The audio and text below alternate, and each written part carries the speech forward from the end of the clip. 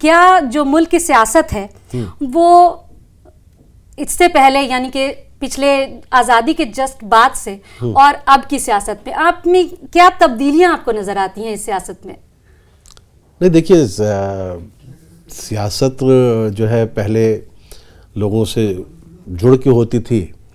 आज की सियासत देखते हैं तो इंटरनेट के ज़रिए हो रही है। जी बिल्कुल। व्हाट्सएप पे भी हो रही है, ट्विटर पे भी हो रही है, सोशल मीडिया के ज़रिए हो रही है, टीवी के ज़रिए हो रही है। तो इस तरह की तकनीकी जो है वो तब्दीलियां तो बहुत आई हैं जिनके ज़रिए सियासत की जा रही है। लेकिन आज भी सियासत वही है कि हम जमहूरियत में जो है अपनी वोट की ताकत से कोई सरकार बना भी सकते हैं और कोई सरकार गिरा भी सकते हैं। आज भी जमहूरियत में जो आवाम है उनके पास पूरी ताकत मौजूद है। और आवाम जो है अब बहुत पढ़ लिख भी गए हैं, बहुत कामयाब भी हो रहे हैं, और मुल्क के आवाम जो है आज़ादी के बाद से लेकर आज तक में बहुत तब्दीलियाँ हुई हैं, बहुत बेहतर तब्दीलियाँ हुई हैं, जिनके ज़रिए आज मुल्क के आवाम उस मकाम पर मौजूद है जहाँ वो सियासत को बहुत अच्छी तरह से देख, समझ और परख सकते हैं। बात करेंगे हम मुस्लिम अक़लियत की। सियासत में क्या उनका रोल है और क्या रोल होना चाहिए, और कितना मजबूत हिंदुस्तानी सियासत में मुस्लिम अक़लियत का रोल है? देखिए, सियासत में एक एक वोट की कीमत होती है अगर हम इंतखाबी सियासत की बात करते हैं, और एक अगर हम दबाव की सियासत की बात करते हैं तो उसमें एक प्रेशर ग्रुप्स होते हैं सबके, उनके ज़रिए काम करते हैं। मुझे देखिए, अक़लियत को बिल्कुल जब हम अलग थलग कर देते हैं ना अक़लियत कह के, तो हम उनको बाकी जो मुल्क के अवाम हैं उनसे बिल्कुल छिटका देते हैं, दूर कर देते हैं, और फिर वो नुकसान उठाते हैं क्योंकि वो फिर कम हो जाते हैं उनकी तादाद। जैसे अगर हम देखते हैं तो हम ये मान के चलते हैं कि 14.2% मुस्लिम इस मुल्क में है। या अगर हम जब अक़लियत की बात करते हैं, अगर नेशनल कमीशन फॉर माइनॉरिटीज़ के 2C जो उनका जो एक्ट है 1992, उसमें जो क्लॉज है 2C, उसके मुताबिक देखें तो मुल्क में 6 अक़लियतें हैं, जिसमें ईसाई हैं, बौद्ध हैं, जैन हैं, पारसी हैं, मुस्लिम्स हैं उसमें। जी बिल्कुल। तो ये सब मिला के, और सिख हैं, तो ये 6 अक़लियतें होती हैं। लेकिन हम जब भी बात करते हैं तो हम सिर्फ मुसलमानों की बात कर रहे होते हैं अक़लियत जब कहते हैं, तो वो भी एक तरह से नुकसान पहुंचता है उससे। लेकिन आप देखेंगे कि हिंदुस्तान का मुसलमान, उसके पास मौलाना अबुल कलाम आज़ाद के बाद कोई रहनुमा रहा नहीं, और ना उसने किसी और को अपना रहनुमा माना कि मुसलमानों में। जी। वो अपने अपनी पॉकेट्स में कोई मुस्लिम रहनुमा खड़ा हो गया, उसके पीछे चल दिया, उसके साथ चल दिया, उसने उनको अपना लीडर बना लिया। उन्होंने माना नहीं, बना लिया उसने उनको लीडर अपना, उनकी मजबूरी रही कि उसको वोट देना है। लेकिन मुसलमानों ने अगर आज़ादी के बाद से देखेंगे तो आप वो नेहरू के साथ भी चल रहे हैं, वो इंदिरा जी के साथ चले, राजीव जी के साथ चले, वो लालू प्रसाद यादव के साथ चले, वो ममता बनर्जी के साथ चले, वो बहन जी मायावती के साथ चले, और फिर सबका साथ सबका विकास की जब बात हुई तो नरेंद्र मोदी के साथ भी चले। बिल्कुल, आपने कहा कि सबका साथ सबका विकास की जब बात हुई तो नरेंद्र मोदी के साथ चले। अभी जो सियासी माहौल है उसमें जो क़यादत है मुस्लिम्स की, जो मुसलमान हैं, जो लीडरान हैं, कितनी % कम हुई है आपके नज़रिए में? आप उसको कम के तरह से आंकते हैं या फिर ये बढ़ी है पहले की बनिस्बत? नहीं, देखिए, मुस्लिम क़यादत आप किसको मानते हैं? वो जो मुसलमानों जैसे नाम रखते हैं वो मुस्लिम कायद हैं, तब तो कम हुई है जी। लेकिन अगर वो जो जिनके नाम मुसलमानों जैसे नहीं है लेकिन मुसलमान उनके पीछे चलते हैं, तो वो आप मैं कह सकता हूँ वो क़यादत बढ़ी भी है। उन्होंने, देखिए, मैं ये बात बहुत ज़िम्मेदारी के साथ कह रहा हूँ कि इस मुल्क के मुसलमानों ने मुस्लिम क़यादत को माना ही नहीं है। एक वक्त के बाद उन्होंने उन लोगों की तरफ देखा जो इस मुल्क के बारे में बात करते थे, जो सेकुलरिज्म की बात करते थे, जो सबको साथ लेके चलने की बात करते थे, उनकी तरफ आंख बंद करके उन्होंने जो है उनका यकीन किया। असल में मसला क्या है कि मुसलमानों का जो एक तर्ज फ़िक्र है, उनका जो थॉट प्रोसेस है अपने शऊर को लेके, अपनी तरक्की को लेके, अपनी इस मुल्क में अपनी जिम्मेदारियों को लेके, उसको कभी किसी ने भी वो डेवलप करने की कोशिश ही नहीं की है। हम देखते हैं कि अगर मुझे याद आ रहा है मेरे वालिद मरहूम ने अपनी किताब हूबहू में, जिसमें उन्होंने बहुगुना जी का खाका लिखा था, जी। उसमें उन्होंने कहीं पे परवान मतवाली साहब ने एक तज़किरा किया कि बहुगुना साहब कहते थे मुसलमानों को खुश करना तो बहुत आसान है, जी। मुसलमानों को क्या चाहिए? कब्रिस्तान की दीवार, उर्दू, अलीगढ़ मुस्लिम यूनिवर्सिटी, इन सब के अलावा आप आज की तारीख में सोचिए तो हम किन बातों पे अपने मुसलमान जो है अपने आप को अपनी सारी कुव्वत लगा रहा है? मुस्लिम यूनिवर्सिटी का एक्ट हो, जामिया मिल्लिया इस्लामिया का एक्ट हो, उर्दू हो, आप जो है 3 तलाक हो, मुस्लिम पर्सनल लॉ बोर्ड हो, इस तरह की चीज़ों को आप बताइए कि इस मुल्क में मुसलमानों को क्या चाहिए? इस मुल्क में मुसलमानों को चाहिए अच्छे सेहत के मौक़े जहाँ पे उसका इलाज हो सके, अच्छे तालीमी इदारे चाहिए इस मुल्क में जिनके साथ वो मुल्क के सभी लोगों के साथ मिलजुल कर आगे बढ़ सके, उसको तालीम के मौक़े मिलने चाहिए, उसको रोज़गार के मौक़े मिलने चाहिए, उसको तरक्की के मौक़े मिलने चाहिए, उसको इस मुल्क में बराबरी की हिस्सेदारी मिलनी चाहिए। तो हम इस पर कहाँ पर हमसे कोई बात कर रहा है या हम इस पर कहाँ बात कर रहे हैं किसी से? हम इन चीज़ों पर कहाँ बात कर रहे हैं? सारी चीज़ें हैं जिस तरह आप कह रहे हैं कि मुसलमानों को ये एजुकेशन नहीं है या बाकी की चीज़ें नहीं है या सेहत के एतबार से चीज़ें नहीं मिली हैं या जो उनको सही मानों में हुकूक मिलने चाहिए वो नहीं है या उस पर कोई बात ही नहीं करता है, तो क्या ये मुस्लिम क़यादत नहीं होने की वजह से है या हम पीछे भेड़ चाल की तरह भागते हैं या सिर्फ उनको वोट बैंक की तरह समझा जाता है, इसकी वजह से ऐसा हो रहा है? देखिए, सियासी शऊर की बेदारी ना होना इसका सबसे बड़ा जो है मुझे लगता है कि हमारे अंदर वो सियासी शऊर नहीं है कि हम अगले 10, 15, 20 साल के बाद क्या होने वाला है उसके बारे में सोच सकें। हम उन चीज़ों में उलझ जाते हैं जो रिएक्शनरी होती हैं, हम फौरन रद्द-ए-अमल करते हैं। हमारे जितनी भी सियासतें हैं वो रद्द-ए-अमल की सियासत मतलब आप कह रहे हैं कि उकसाने के उकसाने के लिए उनको देखिए हमारे सामने नहीं इश्तियाल-अंगेज़ी में क्या, हमारे सामने कोई एक ऐसा मुद्दा उछाला जाता है जज्बाती जिसमें हम उलझ जाते हैं। जी बिल्कुल। हम उस मुद्दे के इर्द गिर्द अपनी सारी ताकत सब कुछ लगा देंगे और फिर अब आजकल तो सोशल मीडिया का है तो जिसको देखिए उसी पर जो है कमेंट्स कर रहा होगा, वही पोस्ट कर रहा होगा, उसी तरह की शायरी हो रही होगी, उस तरह के मज़ामीन हो रहे होंगे, उस तरह की सारी चीज़ें होंगी। और जो आदमी इस तरह की बात कर रहा होगा, आप देखिए ना आपके अपने इलाके, अब तो हम लोगों के इलाके से हो गए ना कि हम लोग वहीं पर उसी जगह रहते हैं, उसी में जाके रह सकते हैं, उससे दूर जाके नहीं रह सकते। उनमें आप देख लीजिए पढ़े लिखे लोगों की कितनी इज्जत होती है, जिसके पास पैसा है उसकी कितनी इज्जत होती है, जिसके पास ज़रा सा भी पैसा ज़्यादा जाता है वो सोचता है कि मैं काउंसलर बन जाऊँ, मैं सियासतदान बन जाऊँ, इस पार्टी के साथ चल जाऊँ, उस पार्टी के साथ चल जाऊँ, मैं अपने आप को बड़ा कर लूँ, मैं अपने आप को एक कर लूँ। वो आप बताइए कि हम एक होके कहाँ सोच रहे हैं उस लिहाज से? बिल्कुल, एक ये तो हो गई आवाम की बात कि जो आम आवाम है उनका ये हाल है, वो अपने लिए एक ना तो पर्टिकुलर क़यादत जिसको कहें कि हाँ एक मजबूत क़यादत के वो पीछे चलने की बात सोचते हैं, ना बाकी चीज़ों को सोचते हैं। अब हम बात करेंगे मुस्लिम यानी कि जो उर्दू सहाफ़त है उस पर, उसका क्या रोल रहा हिंदुस्तानी सियासत में? मुस्लिम यानी कि उर्दू सहाफ़त का क्या रोल रहा? सहाफ़ियों ने किस तरह से अपना रोल निभाया या उनको और आगे क्या रोल निभाना चाहिए? देखिए, उर्दू सहाफ़त जो है आज़ादी से पहले से जी वो एक मशाल लेके चली। वो उर्दू सहाफ़त ने आज़ादी के दीवानों को जो है बहुत मजबूती के साथ उनकी रहनुमाई की। इसलिए हम देखते हैं कि हमारे जितने भी आप चाहे वो गैर मुस्लिम रहनुमा हो चाहे मुस्लिम रहनुमा हो, उनका कहीं ना कहीं कुछ ना कुछ जोड़ जो है, क्योंकि उस वक्त उर्दू भी ज़्यादा थी तो उर्दू सहाफ़त के साथ ही रहा है। और उर्दू सहाफ़त ने हमेशा रहनुमाई की है और जद्दोजहद आज़ादी में उर्दू सहाफ़त जो है वो मशाल बन के आगे आगे चली और लोग उसके पीछे चले। जंग आज़ादी के बाद भी उसने रहनुमाई की। आज की सहाफ़त में भी अगर मैं कहता हूँ कि आप मुआजना करें, क्योंकि मैं तो कई ज़बानें जानता हूँ, मैं पंजाबी के अखबारात भी पढ़ लेता हूँ, कभी कभी बंगाली भी देख लेता हूँ, कभी उर्दू कश्मीरी सब सारी ज़बानें देखता हूँ, हिंदी देखता हूँ, अंग्रेज़ी देखता हूँ। आज भी मुझे मतलब जो उर्दू सहाफ़त आज भी अगर कहीं पे कोई मुजरिम जो है, कोई मुल्ज़िम है, कोई अपराधी है, किसी ने कोई जुर्म किया है तो वो कोशिश करता है कि उसके नाम को छुपाए।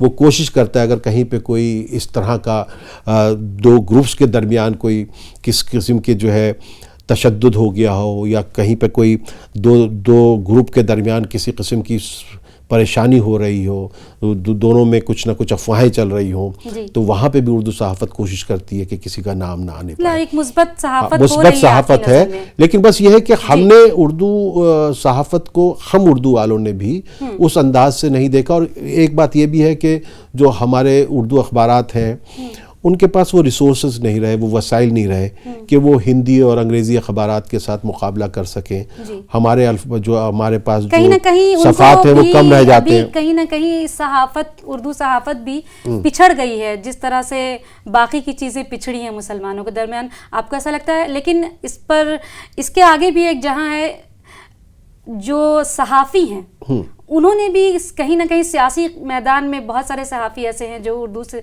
सहाफ़त से निकल के सियासी मैदान में है, वो कितने कामयाब रहे और उन्होंने क्या किया क़यादत के लिए? देखिए, कुलदीप नैयर साहब को मैं याद करता हूँ ऐसे मौके पर। वो उन्होंने बहुत रहनुमाई की, उर्दू सहाफ़त से ही निकल के आए थे वो, लेकिन उनकी समझ में आ गया था कि उर्दू सहाफ़त जो है आगे चल के थोड़ा कमज़ोर होगी, तो उन्होंने अपनी जो है लाइन थोड़ी सी बदली। लेकिन उर्दू के ही वो सहाफ़ी थे, उर्दू में ही उन्होंने सहाफ़त का आगाज़ किया था। ख्वाजा अहमद अब्बास साहब भी उस लिहाज से अगर हम देखें उनका, मैं ये मॉडर्न उस वर्ल्ड में बात कर रहा हूँ, अभी जो सियासत की आप बात कर रहे हैं, मौलाना अबुल कलाम आज़ाद, गुबार खातिर, अल बिलाल, तो अल बिलाग और वो अल हिलाल। तो मौलाना अबुल कलाम आज़ाद ने जिस तरह से सहाफ़त की दाग बेल डाली, उन पर अंग्रेज़ों ने कितने मज़ालिम किए, या हम उर्दू के सहाफ़ी, वो शहीद सहाफ़ी मौलवी मोहम्मद बाक़र, दिल्ली उर्दू अखबार, या जहानुमा के बारे में कहते हैं कि वो उर्दू का पहला अखबार था कि नहीं, उस पर भी बात होती है। लेकिन फोर्ट विलियम कॉलेज से लेके यहाँ तक, आज तक का जो सफ़र है, उर्दू सहाफ़त ने बहुत कुर्बानियाँ भी दी हैं, बहुत उसमें वो रहे। चाहे वो देखिए, जैसे सियासी मैदान में कितने कामयाबी मिली उन लोगों को? बहुत से राज्यसभा में पहुँचे जी, आज भी कुछ लोग MLC बने हुए जी, बहुत से आज भी सियासत में हैं। तो सियासी में देखिए क्या होता है कि वो लोग असल में सियासी लोग नहीं थे। आप देखिए, अगर आप किसी भी उसमें कोई भी जर्नलिस्ट जो आया है, जी बिल्कुल, सिर्फ उर्दू सहाफ़त की बात नहीं कर रहा हूँ मैं, MJ अकबर साहब को देख लीजिए, आप अरुण शौरी साहब को देख लीजिए, ये जो भी सियासत में आए हैं ये लोग, तो ये एक राज्यसभा मिल जाती है, या कभी किसी ने चुनाव लड़ लिया तो पॉसिबल है कहीं पे हो गया हो साउथ वगैरह में। राज्यसभा मिल जाना और मजबूत क़यादत होने में आपको क्या फ़र्क महसूस होता है? नहीं, वो किसी पार्टी राज्यसभा मेंबर जाके आवाज़ उठा सकता है? नहीं, वो अपनी पॉलिसी, देखिए अपनी पार्टी की पॉलिसी के साथ बंधे हुए होते हैं जी। वो अगर आवाज़ उठाते हैं तो उनको पार्टी छोड़ देनी पड़ती है, फिर दूसरी पार्टी में होते हैं। ऐसे बहुत से हमारे उर्दू सहाफ़ी हैं जिन्होंने मतलब ये समझ लिया कि हर दर झांक लिया है, हर पार्टी में होकर आ गए। तो मुझे लगता है कि वो जब रहते हैं राज्यसभा वगैरह में या कहीं पे भी रहते हैं, तो कुछ ना कुछ जो फीडबैक्स देने होते हैं या कुछ काम करने होते हैं, वो उस दौरान में बहुत से काम ऐसे करते होंगे जो उनकी जिस अक़लियत से आ रहे हैं या जिस ग्रुप से आ रहे हैं उनके लिए फ़ायदा पहुंचाने वाले होते होंगे, लेकिन रहने चाहिए। मेरा ये मानना ये है कि जैसे राज्यसभा तो हर मैदान के लोगों के लिए है ना। ये तो ठीक है, मौजूदा सियासत की बात कि लोग जा रहे हैं और या सहाफ़ी अपनी बात रख रहे हैं वहाँ तक सियासत में उतर के, लेकिन अभी जो मौजूदा सियासत है उसमें जो बयानबाजियाँ हो रही हैं, मुसलमानों को टारगेट किया जा रहा है किसी भी तरह से, किसी भी अंदाज से, उसको आप किस नज़र से देखते हैं? क्या वो एक सेकुलर मुल्क के लिए अच्छी बात है या फिर इस तरह की सियासत नहीं होनी चाहिए? देखिए, ये इंतखाबात में ना वो बिना सुर की ताने चलती हैं। मैंने एक शेर कहा था कि सभी कानों को अपने बंद कर लें, सियासत की ज़बानें चल रही हैं। तो जब ये ज़बानें चलती हैं सियासत की, तो उसमें बहुत सारी ऐसी चीज़ें होती रहती हैं कि कोई कुछ भी बोलता है, लेकिन इंतखाबात के बाद ये चीज़ें कमज़ोर पड़ जाती हैं, ख़त्म होने लगती हैं। तो और ये आज की बात नहीं है, देखिए सिर्फ मुसलमानों की बात नहीं है। एक ज़माने में कुछ लोगों ने कुछ और जाति के लोगों को भी टारगेट किया, अपने उससे आज भी लोग करते हैं सियासत में। इस तरह के टारगेट जो है किए जाते हैं लोग, सिर्फ अक़लियत नहीं टारगेट की जाती। एक हेल्दी सियासत यानी एक सेहतमंद सियासत के लिए क्या इस तरह की बयानबाजियां होनी चाहिए या फिर नहीं होनी चाहिए? नहीं होनी चाहिए। देखिए हम जो है अगर हम हुकूमत में हैं तो हम अपने गुज़िश्ता 5 साल की कारकर्दगी पर वोट मांगें, और अगर हम अपोजिशन में हैं तो हम हुकूमत की जो नाकामियां उनको निशाना बनाएं, और हम अगर हुकूमत में आए तो क्या क्या कर सकते हैं उन पर जो है फोकस करें। तो ये होना चाहिए। असल में जमहूरियत में यही ज़रूरी है। और मेरा तो मानना यह है कि 5 साल में अगर कोई आप लोगों ने आपकी हुकूमत देख रखी है तो ये 2-3 महीने में आप कुछ भी करेंगे उसका ज़्यादा असर नहीं होता, जब तक कि कुछ ऐसा कोई जज्बाती चीज़ ना हो जाए जिसमें लोग जो है अचानक आपकी तरफ लौट आए। नहीं तो लोग 5 साल में आपको अच्छी तरह से परख चुके होते हैं। उसके बाद यही वजह है कि ज़्यादातर हमारे यहाँ जो इंतखाबात होते हैं वो जो काम है उन पर नहीं होते, क्योंकि हम कामों पर वोट कहाँ देते हैं। बिल्कुल, लीडरान अपनी बातें दूसरी तरफ घुमा के रखते हैं। नहीं, हम आवाम तो गुमराह है ही ना। आवाम ने, आप बताइए कि आवाम, बहुत से लोग बहुत अच्छा काम करते हैं अपने इलाके में, लेकिन उस पर वोट कहाँ देते हैं वो लोग। आवाम को तो ये भी पता नहीं कि पार्लियामेंट का जो मेंबर बन के जाता है उसके काम क्या है। वो उससे अपनी नाली का सवाल करते हैं, तुमने हमारी नाली नहीं बनवाई, तुमने हमारा ये नहीं किया। वो उसका काम थोड़ी है, ये तो आपको अपने काउंसिल से काम करवाना है, उसको तो पॉलिसी बनानी है वहाँ जाकर। लेकिन हम पार्लियामेंट मेंबर से कहते हैं कि उसने कोई काम ही नहीं किया, उसने कुछ नहीं किया। हमें खुद नहीं पता, और जो काम करता है हम उसको जिताते नहीं हैं। तो हम भी तो, गलती तो हमारी भी है, क्योंकि हमारा सियासी शऊर इतना बेदार हुआ ही नहीं कि हम अपने लीडर की पहचान कर सकें, हम सियासतदान की पहचान कर सकें, हम अपने नुमाइंदे की पहचान कर सकें ये हमारे काम आएगा कि नहीं आएगा। और फिर हम लोग ये कहते हैं यार सब चोर हैं, और इन सब चोरों में से कोई एक छोटा चोर चुनना होता है, तो वो भी गलत है, क्योंकि उसमें 22-25 नाम होते हैं।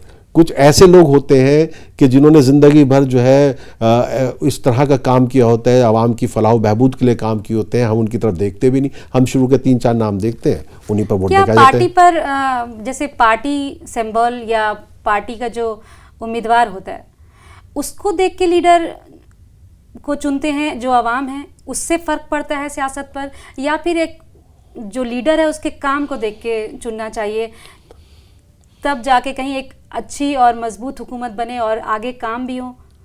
नहीं, देखिए सब कुछ देखना चाहिए। देखिए पार्टी तो एक अहम उसमें हमारी जो पार्लिमानी जो सियासत है, पार्लिमानी इंतखाबात में पार्टी की एक अहमियत होती है, क्योंकि पार्टी ही से जो है चुन के जो है वज़ीर आज़म भी आता है, जो सांसद हैं, जो मेंबर पार्लियामेंट हैं, वही अपने लीडर को चुनते हैं, वही प्राइम मिनिस्टर बनता है। उसी तरह जब वज़ीर आला का इंतखाब होता है उसमें जो MLAs होते हैं, तो वो इंतखाबात करते हैं। इन सारी चीज़ों से हट के अगर हम अभी के हालिया मौजूदा इलेक्शन की बात करें, इंतखाब की, तो आपको क्या लग रहा है कि जिस तरह की बयानबाजियाँ हुई, जिस तरह के इल्ज़ामात एक दूसरे पर लगाए गए, उसके बाद आवाम का क्या फ़ैसला हो सकता है? नहीं, देखिए इस बार अगर हम देखिए इसको अपना एग्जिट पोल ही मान लेते हैं, बिल्कुल, तो देखिए इस बार सबसे बड़ी बात यह है कि एक विजिबल जो एक हमारे गुज़िश्ता 2 इंतखाबात में, पार्लियामानी इंतखाबात में जो एक विजिबल लहर सी थी जो नज़र आ रही थी, वो कहीं नज़र नहीं आ रही है। मतलब इतनी नहीं है, जो भी है अंडर करंट किसी का हो तो अलग बात है।